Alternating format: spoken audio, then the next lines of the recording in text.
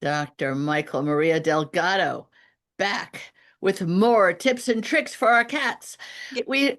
We touched on the issue of fluids for keeping cats cool in hot weather. Yes. Summer anymore, depending on where you live, it could be a lot of the time. You received as a gift from, I think it's Brooks Fountains, a Yeah. fountain for your cats, which I was curious to know, do they really use a fountain? Because is it just something that they play in, which isn't a bad thing for the woman who wrote Play with Your Cat, one of her most wonderful books? Talk about water sources, fluid sources for cats, and why fountains might be a great addition.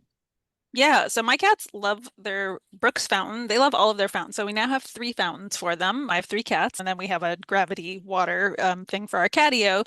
But yeah, so it does depend on the cat. So I've definitely known some cats that were indifferent to fountains, but I think offering them a fountain is a great way to increase hydration, let the cats check out like more of a what would be similar to a natural water source in the wild. So when we think about our kitties, we know that their behaviors have not been changed too much during domestication, so we're always trying to give them outlets for natural behaviors. And of course, they're not huge drinkers like maybe some of us. Like I'm a hydro homie. I like to drink a lot of water, stay very hydrated. Cats have very different physiology than people, but they do benefit from water. And especially we know like older cats need to stay hydrated. Cats with urinary tract disease need to stay hydrated. And while the other thing you'll notice is if your cat does eat any dry food, then they are going to need to drink more water. So you want to encourage that water intake because they do a pretty good job of balancing out their water intake. So I like to have fountains. My cats are very fascinated with them. They like to watch them. Occasionally they'll put their paw in and then drink the water off their paw, but sometimes they'll just sit by it because it sprays a little bit of water. So I think they just like that sensation sometimes. But I will say the Brooks fountain is gorgeous. It's all glass. It's Very pretty. huge and heavy. So it's just something to be aware of because it's very sturdy. So it might be good for people who have cats that tip over their water bowls because they are not tipping this fountain over. It is heavy and very sturdy, but it's easy to clean. It's quiet. And my cats took to it immediately. And maybe that's because they'd already had fountain experience, but they were like ready. And it's round. So it's, I don't know, it's just, and it's easy to clean, but it is, like I said, heavy. So you do want to be careful when cleaning it just because it's, like I said, it's got heft. Glass. Yeah. And it's glass. So it is breakable. So you always want to set it down softly. If you have like really hard like countertops or something, you'd probably want to put a towel down underneath it when you're cleaning it. But yeah, I am a big fan of fountains, but you do have to maintain them, right? Point.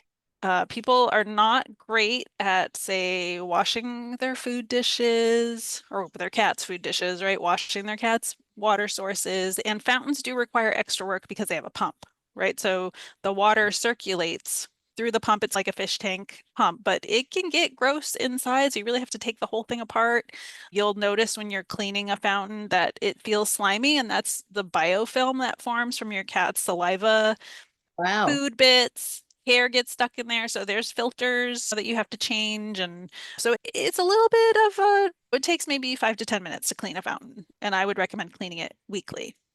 That's what I was going to ask you Yeah. because the question is that sliminess is, and even algae and other things can, If you don't clean it enough, yeah.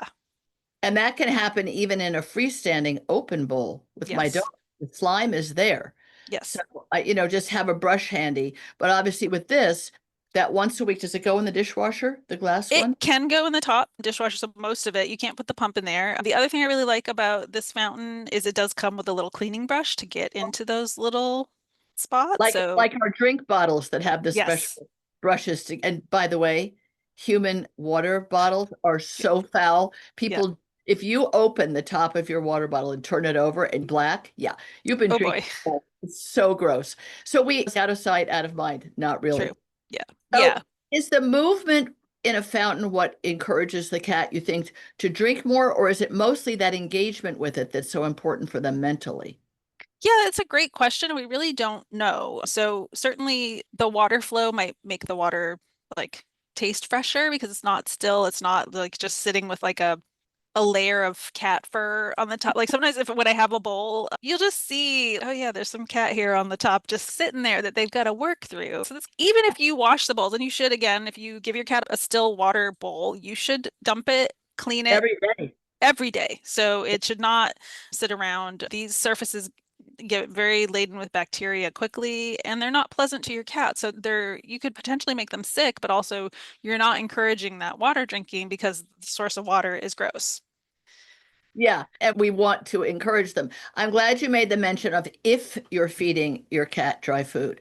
You are not a veterinary nutritionist or a veterinarian, and you're Yep, very strict with what you'll give advice about because sure. cat behavior is your specialty and is Yes. your knowledge base. I, on the other hand, I'm happy to draw from many different sources and can say yet again to people, do not feed any dry food if you want to maintain your cat's lifespan slash health span with without some of the diseases caused by feeding kitty crack.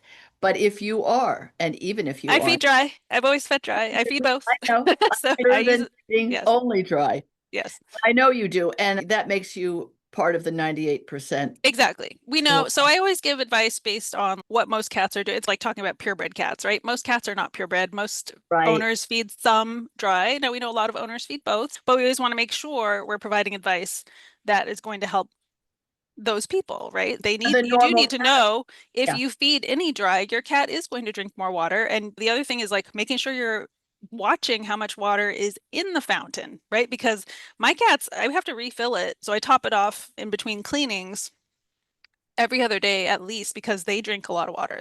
And I have three. So I've Yeah. got 3 times the number of kitties drinking the water. So you got to keep an eye on the levels because it will get low and then the pump gets all like grumpy, but also then your cat isn't getting the water that they want or Not need. as much fresh water. But it Yeah. is important to know that dry food does dehydrate cats from the inside out because, just as you said, we've domesticated them, but not really. They're still the same desert cat. Basically, they were originally where there was no water source and therefore, not therefore, and no source of eating carbs, much less highly processed carbs. So they got their fluids from their prey, whether it's insects or rodents or birds. Primarily, and I will say cats did primarily live in a savanna environment, so I wouldn't describe it as no water source. And again, we're using the fountain to replicate a natural water source, which would be a stream or a brook, right? And Yeah. you were a Norwegian forest cat. Did you originally live in a forest, I wonder? In which case, you definitely had waterfalls and who knows what. Don't get me down a scientific wormhole, right? Because Norwegian forest cats are derived from the domestic cat, right? So they all have the same Oh, so just on them and Turkish vans, who I thought, or yeah. are the Turkish vans the ones that are happy to swim, or is that Maine Coon cats? Yeah, they're the ones, no, Turkish have are the ones that yeah, are more likely to enjoy some water experiences. We're talking But let's about focus the on, water yeah, in the home. that go down your gullet. Yeah, the other thing too is if you notice your cat likes to drink from a sink or the toilet, these are signs that you probably need to provide additional water sources, and probably a fountain would be a good choice for your kitty. Because that's one thing I forgot is before fountains were a big thing, like I had one cat who always wanted us to turn the sink on for him, right? Right. And so that was the clue, even though he had a water bottle that sorry, a water bowl that he actually preferred this kind of flowing fresh Yeah. water. I had a friend who would only drink out of a large kind of crystal wine glass on the counter for real. I love it. And the cat loved that, but you had to top up its large crystal wine glass, and apparently it never knocked it over. I will say that I'm very grateful to Brutus Broth Goat Milk, which has become a Mm, sponsorship, because it's such a wonderful source of hydration. I know you and your kitties haven't tried it yet, but it's not yet. very digestible, high protein, but obviously fluids. So cats that aren't interested in water or are, but you'd like to give them another way to their environment, their palate, Yeah, that goat milk, which is shelf stable, so you don't have to keep it frozen or refrigerated or don't have to turn a powder into a fluid. You open it nice. like European Tetra packs that then close like a milk thing does and keep it Yeah, in the. So it's just nice to know that hydrating your cat all year round is really important. And even though we're talking about when it's hot out, they obviously have the same diet, whatever it is, or a similar diet all year round. And in the winter, when you have heating on, that's really dry it can be air. dehydrating. Yeah, yeah, They yep, yeah. And there's lots of treats that are also semi-liquid, right? Like the push-ups and the broths that you can get. And so the other thing that's just important is making sure that your cat is getting all of their nutrient requirements from cat food. So we would say not more than 10% of their Right. calories from treats. So the Yes, churu or cat it creamy would be considered a treat. So unless it says it meets the AFCO nutrition requirements. So you always want to have that in the back of your mind that you're not giving them so many treats that they're not eating their food.